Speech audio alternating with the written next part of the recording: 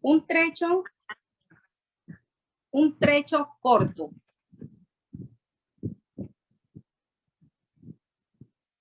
Desde el monte llamado de los Olivos regresaron los apóstoles a Jerusalén. Un trecho corto, precisamente lo que la ley permitía caminar en sábado.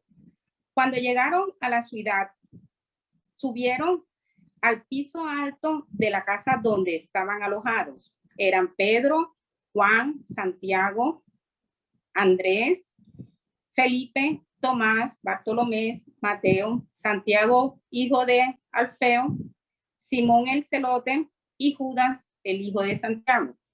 Todos ellos se reunían siempre para orar.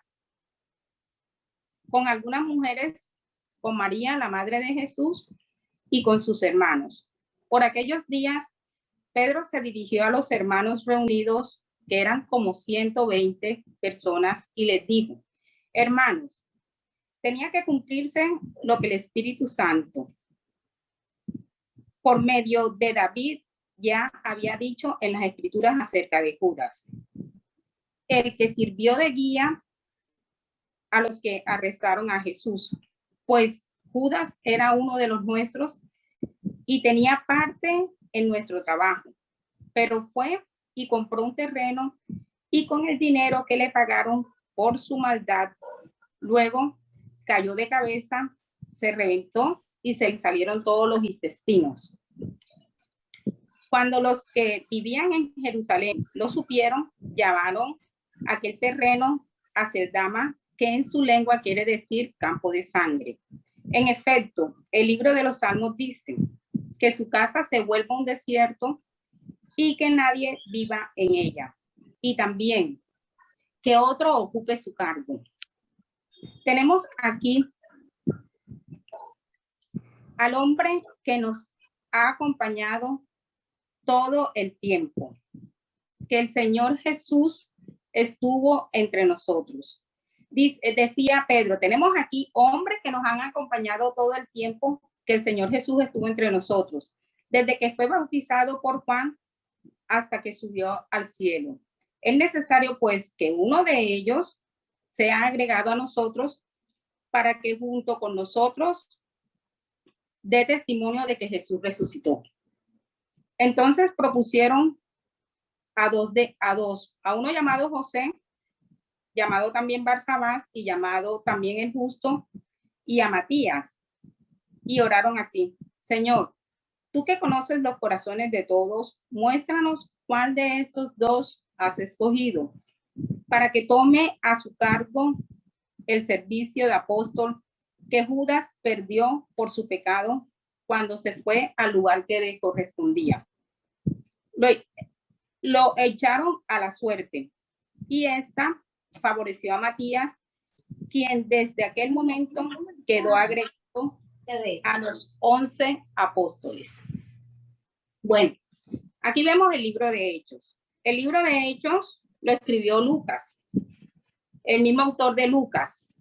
En Lucas, él hablaba de lo que hizo Jesucristo aquí en la tierra, todo el mover de Jesucristo, todo su ministerio, su nacimiento, todo en el libro de Lucas lo encontramos, pero en este segundo libro, que es de los Hechos, habla de lo que hace nuestro Señor Jesús, pero desde el cielo, obviamente utilizando a los hombres y haciendo su obra a través de hombres y mujeres que le servimos a él, ¿verdad? En el libro de los Hechos es un libro excepcional, dice el autor acá de la enseñanza. Dice, no tiene ni principio ni fin. Vemos en el capítulo 1:1 de Hechos, dice, el autor dice, en mi primer libro, o sea, en el libro de Lucas, excelentísimo Teófilo, escribí acerca de todo lo que Jesús había hecho y enseñado desde el principio hasta el día en que subió al cielo. Y aquí en el libro de los Hechos, al final, habla es de que Pablo predicaba el Evangelio de Jesús, ¿cierto? O sea, muchos teólogos dicen que el libro de los Hechos aún, o sea, no tiene una conclusión o un fin, porque Aún nosotros hacemos parte de ese libro de Hechos con nuestros ministerios. Entonces, estamos ahí incluidos dentro del libro de Hechos de los Apóstoles. Depende de cómo nos dejemos usar por nuestro Señor aquí en la tierra. Dice, el capítulo 1 del libro de Hechos tiene 3 divisiones. Al comienzo habla de la promesa del Espíritu Santo. Cuando Jesús le dice a los apóstoles que esperen la promesa que el Padre les hizo. Después viene la ascensión de nuestro Señor Jesús y la encomendación que hace a sus discípulos. Y por último viene la elección de Matías, que es el título que tenemos hoy como enseñanza. Está dividido este primer capítulo en estas 3 secciones, ¿cierto? Entonces, vamos al primer punto de nuestra enseñanza de hoy. El autor del libro hace énfasis es con la congregación como tal. La congregación, cómo se mueve, cómo está, en dónde está y hacia dónde va. El primer punto es la congregación del aposento alto. Todo esto derivado a la escogencia del el apóstol número 12 que hacía falta, el reemplazo de Judas. En este primer punto, la congregación del aposento alto. Dice, privados de su Señor, se sienten más unidos. ¿Cuántos serían?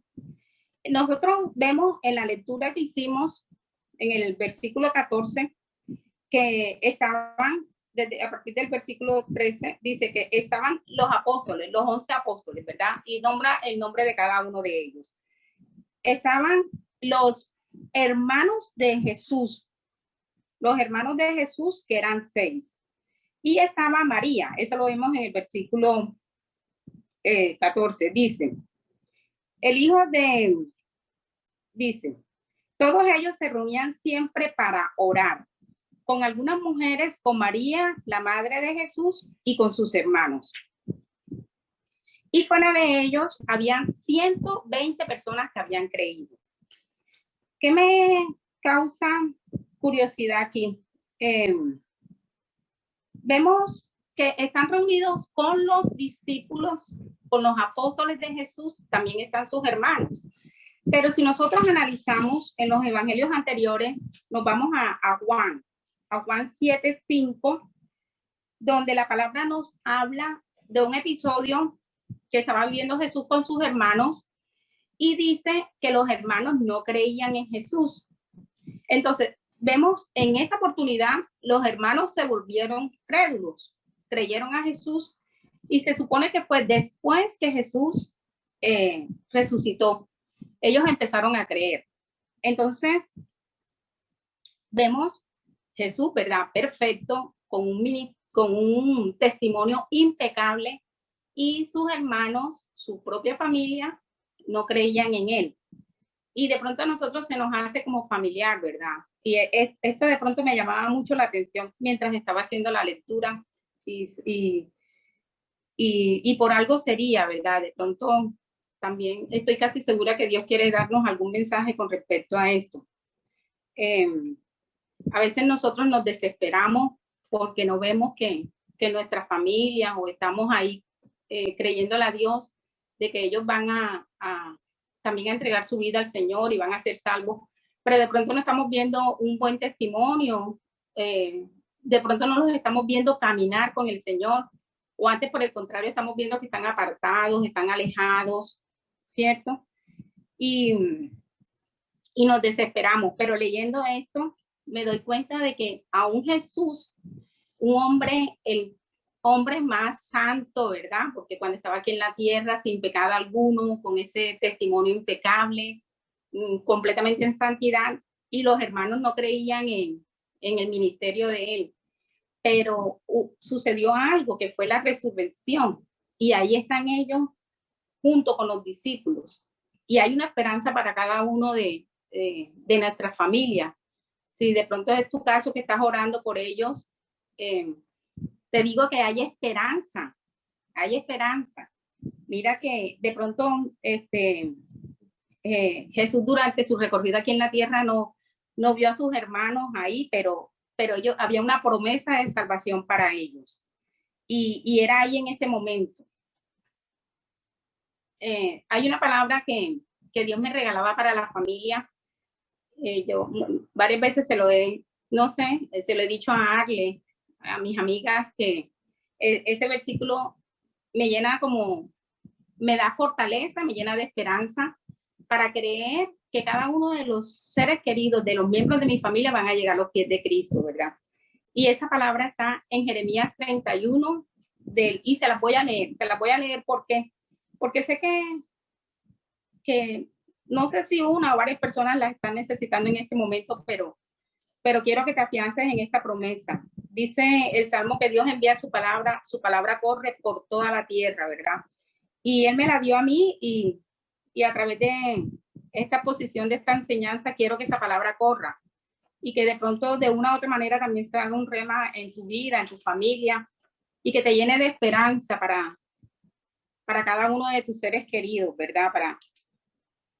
Sobre todo estos tiempos que estamos viviendo, que uno se preocupa por sus familiares y dice uno, Dios mío, acuérdate de ellos. Pero esa esperanza, esta palabra ha sido un sostén. Dice Jeremías 31. Dice en el versículo, vamos a leer a partir del versículo 38. Dice.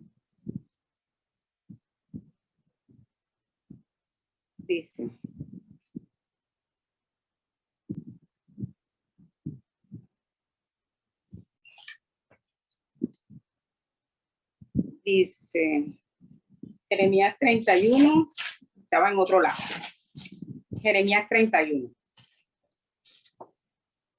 Está, no en el versículo 38, dice Jeremías 31, 33.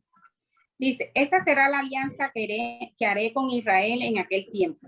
Pondré mi ley en su corazón y la escribiré en su mente. Yo seré su Dios. Yo seré su Dios, ellos serán mi pueblo. Yo, el Señor, lo afirmo. En el versículo 34 dice, ya no será necesario que unos a otros, amigos y parientes, tengan que instruirse para que me conozcan, porque todos, desde el más pequeño desde el más grande hasta el más pequeño, me conocerán. Yo les perdonaré su maldad y no me acordaré más de sus pecados. Yo, el Señor, lo afirmo. Ahí les dejo esa promesa, hermosa promesa para la familia. Desde el más grande hasta el más pequeño conocerán al Señor. El Señor escribirá en su mente y en su corazón su ley. Y ya no habrá necesidad de enseñar los unos hacia los otros, porque el mismo Dios los enseñará a cada uno de ellos y los atraerá a Él de tal manera que los llamará mi pueblo y ellos llamarán a Dios mi Dios. Así que si necesitas esa promesa en este día, te la regalo de parte de Dios. Ha sido una promesa por la que hemos caminado, hemos creído. Semana tras semana oramos con mi hermana Anita, que esa es una buena estrategia que te doy. Búscate a alguien para orar, así como estaba esta congregación unida. Asimismo, el Señor se mueve en medio de la oración del acuerdo. Entonces, vemos que la unidad, ¿verdad? Trae revelación, trae milagros, trae respuesta, así como estaba esta congregación reunida en el aposento alto. Bueno,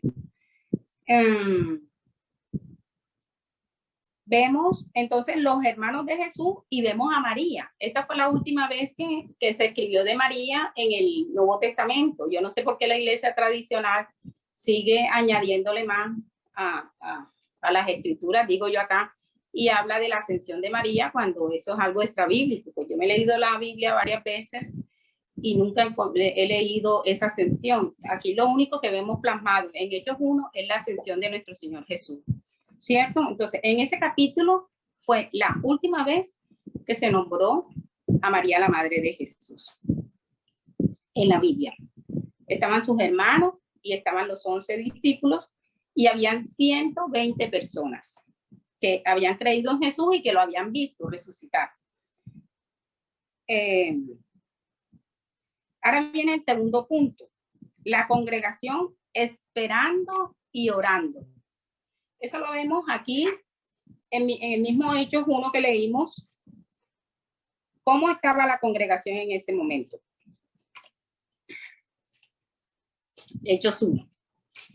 Dice que en el capítulo 1 de Hechos, de ese Hechos 1, vemos la recomendación de Jesús, ¿verdad?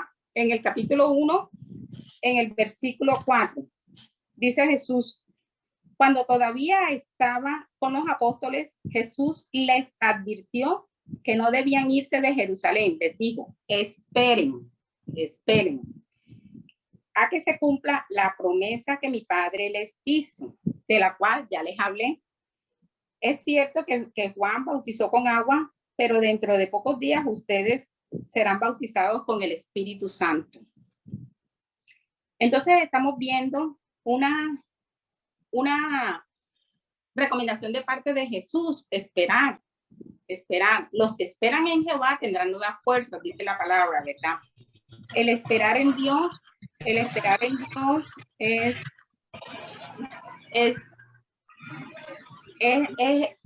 estar expectante a un milagro de Dios. Cuando tú esperas, estás expectante a un milagro, al mover de Dios. Entonces, esperar no es malo y no tenemos que desesperarnos. Tenemos que esperarnos, no desesperarnos, ¿cierto?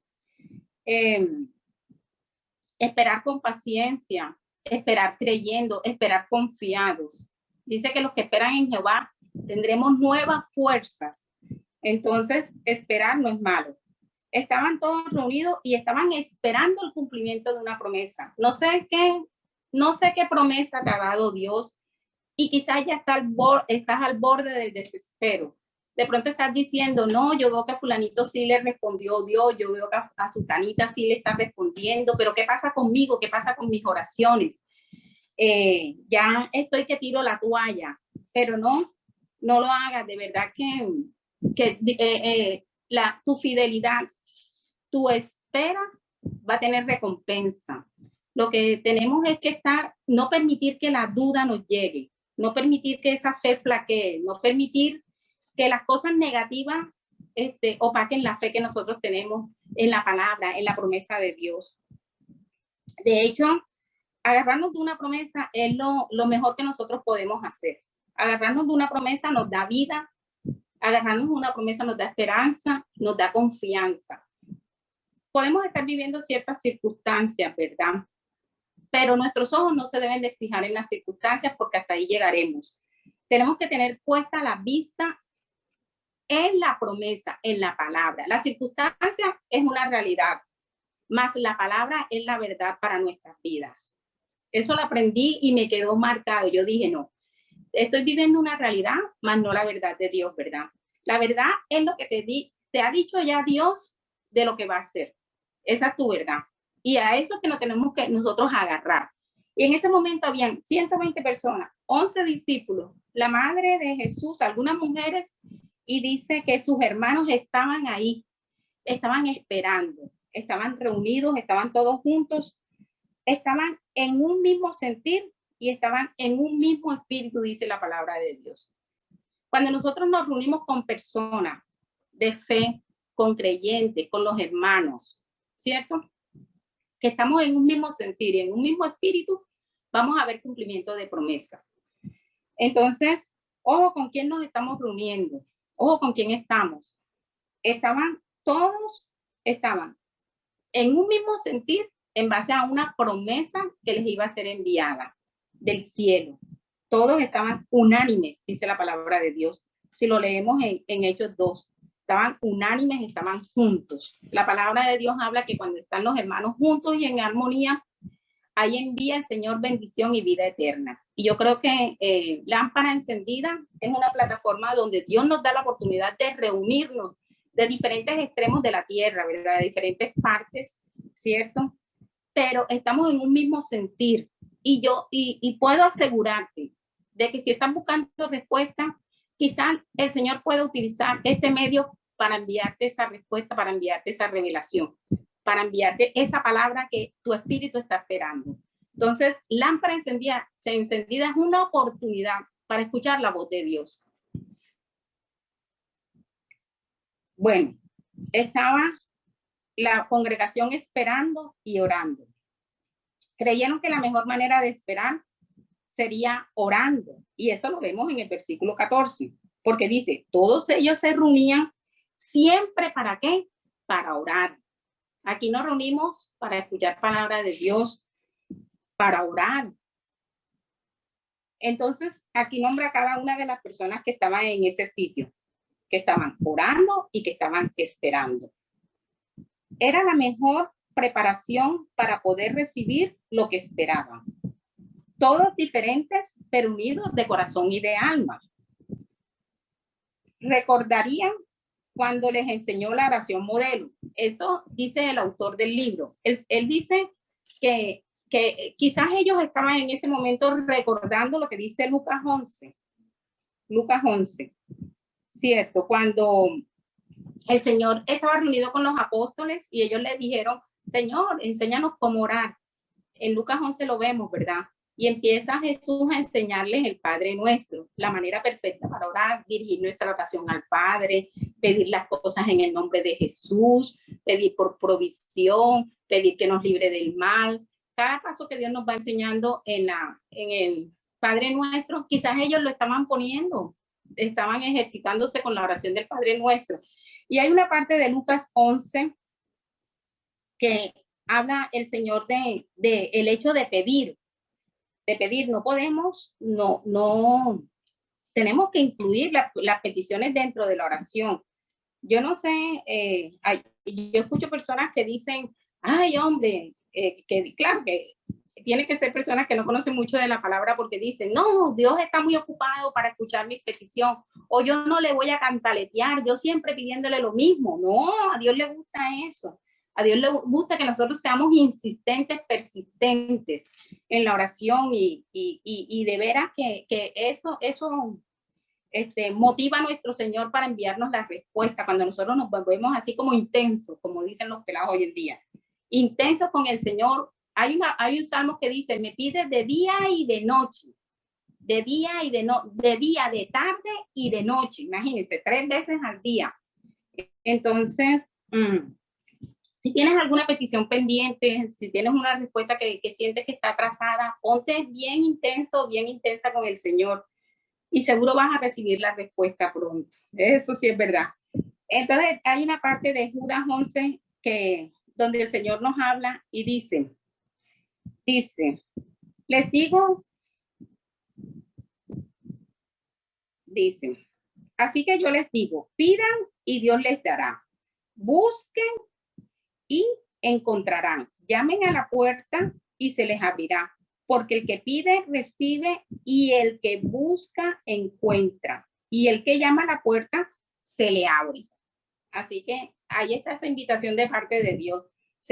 Seamos insistentes tocándole la puerta, buscándole, hablándole, pidiéndole, Señor, por favor, acuérdate de esto que te estoy pidiendo, y recordándole la promesa, porque ahí continúa en el versículo 11, dice, ¿acaso alguno de ustedes que sea padre será capaz de darle a su hijo una culebra cuando le pidan pescados? En otras versiones dice una piedra. Dice, y de darle un alacrán cuando le pidan un huevo. Pues si ustedes que son malos saben dar buenas cosas a sus hijos, ¿cuánto más el Padre Celestial dará el Espíritu Santo a quienes se lo pidan? Como Jesús les estaba diciendo que esperaran la promesa del Padre, que era el bautizo del Espíritu Santo, el autor del libro deduce de que ellos, los apóstoles, estaban reunidos también atentos a esa promesa, acordándose de esa promesa. En el tiempo de oración nosotros tenemos que tener las promesas que Dios nos ha dado a la mano y reclamárselas a Dios en oración. De verdad te lo digo, como testigo de eso, de la insistencia con una promesa, pidiéndole a Dios, y aún sigo con muchas promesas delante de Dios, pidiéndole y creyendo de que es la palabra de Dios, la promesa de Dios la que se va a cumplir. Y de verdad, y no voy a descansar hasta que no vea cada promesa que me ha dado Dios cumplida en la vida. Entonces, otro consejo que te doy, una promesa de Dios es vital, una palabra rema. una palabra. Siempre voy a eso. Cuando se me acercan, no, por X o Y motivo, yo lo primero que le digo a la persona es, ya le pediste a Dios una palabra rema, ya le pediste a Dios una promesa con respecto a esa situación. Cuando nosotros tenemos la promesa, ya tenemos el milagro cumplido. Si tienes una palabra de parte de Dios, no sé para qué, para trabajo, para familia, para hijos, no sé, para finanzas, cuenta con esa palabra que es la realidad en tu vida. Y a eso es que te vas a pensar. Y ese va a ser tu enfoque en la oración. Señor, esta promesa que tú me has dado es la que vengo hoy a reclamar delante de ti. ¿Cierto? Así estaban. Y busca apoyo de oración, busca hombres, mujeres de fe que te ayuden a orar por esa causa, para que veas que vas a ver el cumplimiento de esa promesa lo más pronto posible. Porque el Señor es fiel. El Señor es fiel a lo que Él escribe. Entonces, el tercer punto dice en el segundo punto, la congregación esperando y orando, dice, recordarían cuando les enseñó la oración modelo, esa era la que estábamos hablando en Lucas 11. Qué poco sospechaba el mundo lo que allí se estaba elaborando.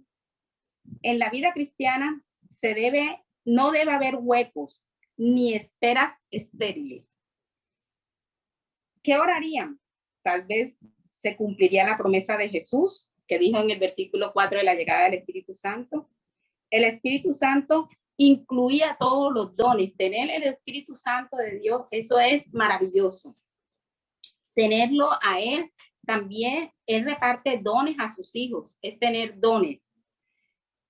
Tener al Espíritu Santo de Dios es poder. A través de Él nosotros podemos alcanzar las promesas de Dios. A través del mover del Espíritu Santo hay liberación, hay sanidad, hay rompimientos de cautividades, porque ese es el mover del Espíritu Santo. Viene donde está el Espíritu del Señor. Ahí que hay libertad. Libertad en todas las áreas de nuestra vida. Entonces, tremendo, ¿verdad? El regalo del Espíritu Santo de Dios que el Señor dejó en ese momento a sus discípulos y por ende también a nosotros que hoy en día somos discípulos de Él. El mover del Espíritu Santo en medio de nosotros, eso es poderoso. De verdad que tenemos que ser conscientes de que tener el Espíritu Santo de Dios en medio de nosotros a favor nuestro es tenerlo todo. Quizás si no hemos recibido respuesta es porque quizás no hemos puesto la mira en nuestro Señor, quizás no le hemos encomendado esa causa a su Espíritu Santo, que Él es el que tiene poder para hacer. El poder sobrenatural está con el Espíritu Santo de Dios. Aún levantó a Jesucristo de en medio de los muertos. Si necesitamos una resurrección de algo, vayamos al Espíritu Santo de Dios, que a la muerte le da vida. Así que tenemos al Paracleto, al mejor, al Espíritu Santo, ¿cierto? El tercer punto, la congregación actuando. Hay 4 cosas acerca de Judas. Vemos a Judas, era guía, era apóstol, era testigo y también era inicuo, dice la palabra de Dios. Era necesario que se cumpliesen las escrituras y que fuesen 12 apóstoles. Que fuesen 12 apóstoles. El número 12 significa gobierno divino, el número 12. Y no es por casualidad la visión de los 12 que se ha implementado en algunas iglesias. La visión de los 12 era la visión que tenía nuestro Señor Jesús aquí en la tierra. Preparó a 12 personas para que ellas a su vez prepararan a otras 12 y estas 12 prepararan a otras 12 y así sucesivamente. Le era más fácil para Jesús preparar, formar carácter. Más fácil, digo entre comillas, porque Jesús para él todo es posible, ¿verdad? Sino que era como una estrategia ministerial que nos dejaba para los discípulos de este tiempo. Entonces vemos que el modelo de los 12 fue un modelo eficaz, porque ese carácter de Jesús que él transmitió a sus primeros 12 discípulos, estos 12 a su vez pudieron transmitírselo a otros 12 y así sucesivamente, porque es más fácil trabajar con 12, ¿cierto? Para nosotros los humanos, que trabajar con toda una multitud. Entonces se forma el carácter de Cristo, se le hace un seguimiento a la persona con los 12. Y miremos que Dios es un Dios de orden, ¿verdad? Es un Dios de orden que habían 11 discípulos, 12 con Judas, pues Judas ya no estaba. Y como tenemos un Dios de orden, necesitaba el número 12 para después venir el capítulo 2 de Hechos, que es el derramamiento del Espíritu Santo, ¿verdad? Pero cuando ya estaba establecido un orden ministerial ahí con el que hacía falta. En este caso era Matías, que lo vamos a ver más adelante. Entonces, el modelo de los 12 es un modelo de gobierno. Nosotros lo vemos, las 12 tribus de Israel, lo vemos las 12 piedras, ¿cierto? Que Josué mandó a colocar para recordatorio para los hijos cuando cruzaron el río Jordán. Vemos muchos ejemplos de 12 dentro de la Biblia. Cuando Elías, ¿cierto? Colocó 12 piedras para restaurar el altar. ¿Por qué? Porque el número 12 es como un fundamento, es gobierno divino. Entonces, Dios nos manda, o sea, Dios tiene una estrategia ministerial para que podamos ver el cumplimiento de esta promesa grande que era el derramamiento del Espíritu Santo.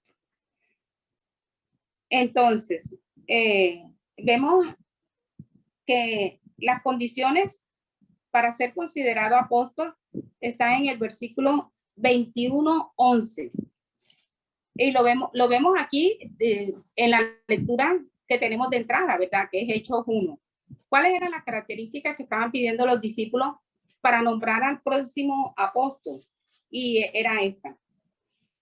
Dice dice, tenemos aquí hombres que nos han acompañado, dice en el versículo 21. Tenemos aquí hombres que nos han acompañado todo el tiempo que el Señor Jesús estuvo entre nosotros.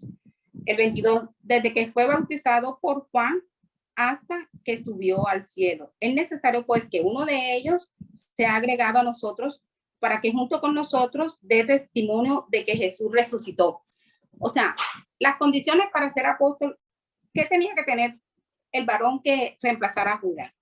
Tenía que haber caminado con ellos, conocer a Jesús, conocer su mover, su ministerio, su obra, sus hechos, ¿cierto? Y luego haberlo visto resucitar. Entonces, esas eran las condiciones que pedían para que fuera apóstol. Y entre ellos vemos que estaba José, que tenía el apodo de Justo, ¿verdad? Y estaba Matías. Matías significa regalo de Dios. Y a José le decían el justo. Esa era una decisión importantísima que tenían que tomar, ¿cierto?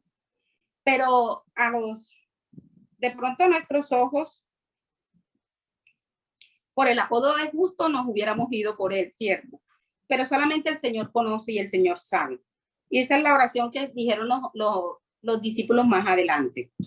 Entonces, dice, si solo hubiera habido uno, se habría considerado sin votos.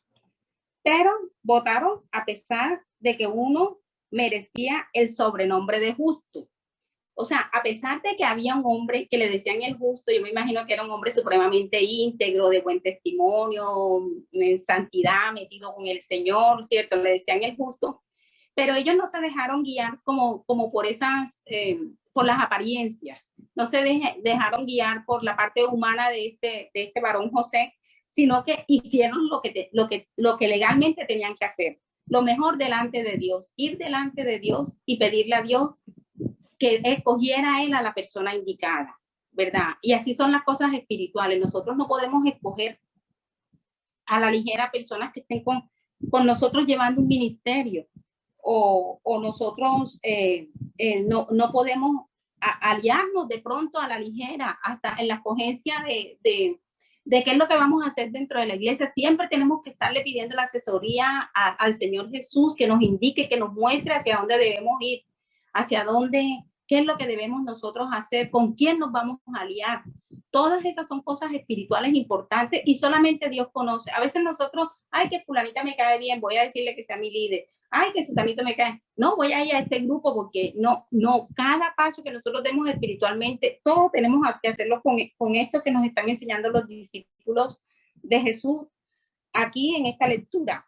Ellos no cogieron, ¿por qué no? Porque solamente, pues me parece como que es un buen hombre, como que puede reemplazar bien a Judas, porque este es justo, este no es injusto, este es un hombre justo, no.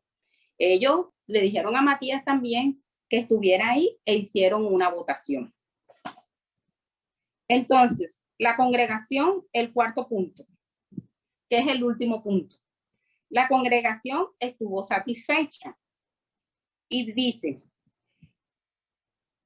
salió electo Matías y no aparece más en todo el Nuevo Testamento. Y leemos esa partecita donde los discípulos van delante de Dios y le dice, tenemos a estos dos hombres, Señor. Tenemos a José, que le dicen el justo, y tenemos a Matías. Entonces, le propusieron al Señor a los dos señores, a los dos varones, a José, llamado Barsabás y llamado también Justo, y a Matías. Y oraron así, Señor, tú que conoces los corazones de todos, muéstranos cuál de estos dos has escogido para que tome a su cargo el servicio del apóstol Judas, ¿cierto? Que se perdió por su pecado. Entonces, en el versículo 26 vemos que lo echaron a la suerte y esta favoreció a Matías, quien desde aquel momento quedó agregado a los 11 apóstoles. O sea que Matías fue, en ese momento fue el apóstol número 12. Lo echaron a suerte. Lo echaron a suerte. En la Biblia vemos varios episodios que habla de esto, que echaron a suerte para ver quién era el apóstol en este momento, pero también vemos en Jonás que cómo los paganos cogieron y echaron a suerte para ver quién era el culpable porque estaba la tormenta. Y vemos otros episodios de la Biblia donde echan a suerte. Ese echaron a la suerte podría ser, algunos estudiosos dicen que podrían ser unos dados, ¿cierto? Como cuando, bueno, vamos a ver qué número te sale a ti, qué número me sale a mí, para ver si tú eres o soy yo, o eran unas piedras planas como monedas que también que se echaban a la suerte.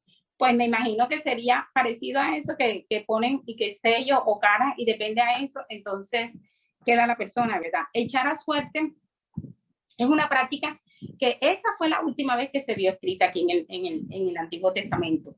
¿Por qué? Porque el próximo capítulo viene el Espíritu Santo de Dios, ¿verdad? Que es en Hechos 2.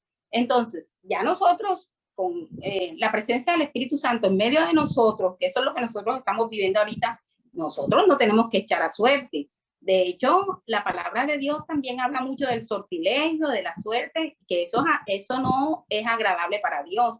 O sea, ni juegos de azares, ni esta rifa, ni la lotería, ni el baloto. Pues yo veo cristianos que hablan del baloto. Bueno, pues aquí les dejo esta enseñanza de que echar a suerte esos sortilegios no van con Dios. Deuteronomio 18 lo habla. Entonces, echar a suerte para nosotros es, si vamos a tomar una decisión, pongámosla en oración, pidámosle la dirección al Espíritu Santo de Dios, vayamos con la promesa de parte de nuestro Señor Jesús y ahí vamos nosotros a tomar decisiones sabias y decisiones que vengan de parte del cielo. Eso es echar a suerte. Echar a suerte es darle un tiempo al Señor en intimidad, en oración, en ayuno, no sé, como Dios te lo vaya poniendo, y ahí vamos a tomar las decisiones sabias para nuestras vidas. Entonces, si lo viéramos también desde otro punto de vista, diríamos, bueno, pues también Pablo podría ser el apóstol en ese momento, ¿verdad? El apóstol número 12. Pero vemos las características que requerían para un apóstol y Pablo no caminó con Jesús en su momento, no vio mover de él en la tierra, ¿cierto? Sino ya después fue que él tuvo un encuentro con Jesús cuando Jesús resucitó, que Jesús le habló desde el cielo. Y aquí era escogiendo a un varón que había caminado con Jesús y que lo había visto su mover ministerial en la tierra y había visto su resurrección. Entonces,